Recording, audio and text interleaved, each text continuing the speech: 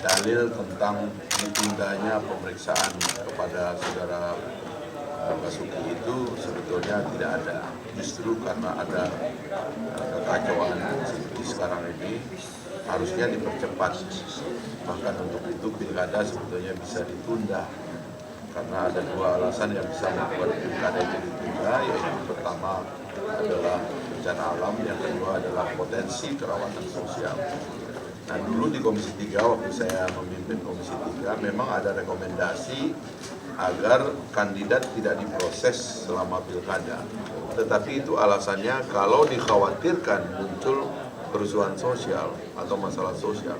Nah sekarang ini saudara Basuki sudah menimbulkan keresahan sosial yang tidak saja terjadi di Jakarta sekarang ini, tapi di seluruh Indonesia. Saya baru mendapatkan SMS dari dapil saya Nusa Tenggara Barat, itu ada 80 ribuan sekarang ini warga sehabis Jumat berpawai dan ketemu dengan Polda dan juga pihak militer di sana menuntut persoalan yang sama agar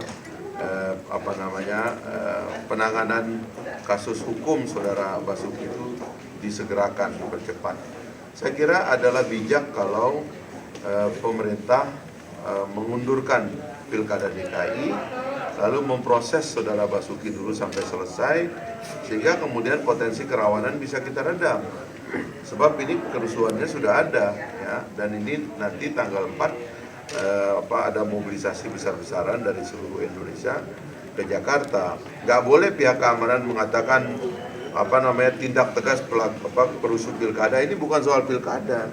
Dan ini bukan yang memulai ini, bukan para ulama ini gitu, tokoh-tokoh masyarakat.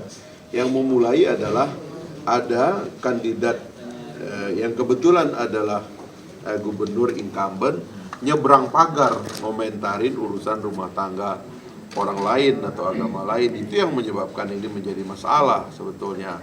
Nah karena itulah segala tindakan cepat diperlukan supaya ini jangan menjalar jadi potensi persoalan gitu.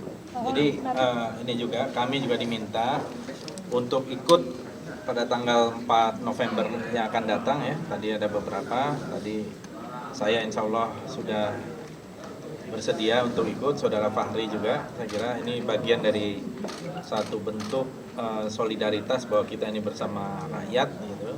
Dan tujuan kita adalah menegakkan konstitusi pasal 27 ayat 1 ya, soal hukum dan juga undang-undang kita yang mengatur persoalan hukum. Jadi saya sependapat bahwa ini seharusnya pihak kepolisian ya segera memproses ini tanpa pandang bulu. Kalau tidak nanti akan terjadi pembangkangan massal. Dan kalau terjadi pembangkangan massal, saya kira ini akan berbahaya pada keutuhan kita, termasuk perdamaian, keadaan damai yang sekarang ini kondusif, ini akan bisa melebar kemana-mana. Jadi kita tidak ingin itu terjadi. Oleh karena itu, cara menyelesaikan yang paling beradab adalah melalui hukum. Oke, lagi. Kapan rencana Bapak Kapolri ini Bang, untuk bisa memastikan ini kasus? Untuk apa itu? Untuk memastikan kasus ini diperiksa itu. Ya, itu kan sekarang kita sudah di masa reses. Tadi poin-poin telah disampaikan oleh para delegasi, sudah kita catat. Saya akan meneruskan poin-poin ini kepada Presiden. Ditembuskan kepada Komisi 3 dan juga kepada Kapolri, gitu ya.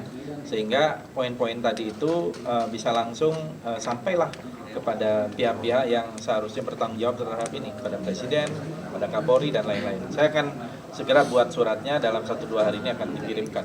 Apakah memberikan deadline kapan pemerintah harus bertindak atau ya kita menyampaikan saja. Tugas kita adalah menyampaikan aspirasi dan juga mengawasi bahwa proses penegakan hukum ini harus berjalan sesuai konstitusi dan undang-undang gitu ya. Nah, kalau lebih dari itu ya nanti saya kira masyarakat bisa melihat juga nanti bagaimana. Tapi mudah-mudahan saya kira pihak kepolisian harusnya bisa bertanggung jawab dalam menanggapi masalah ini. Ya.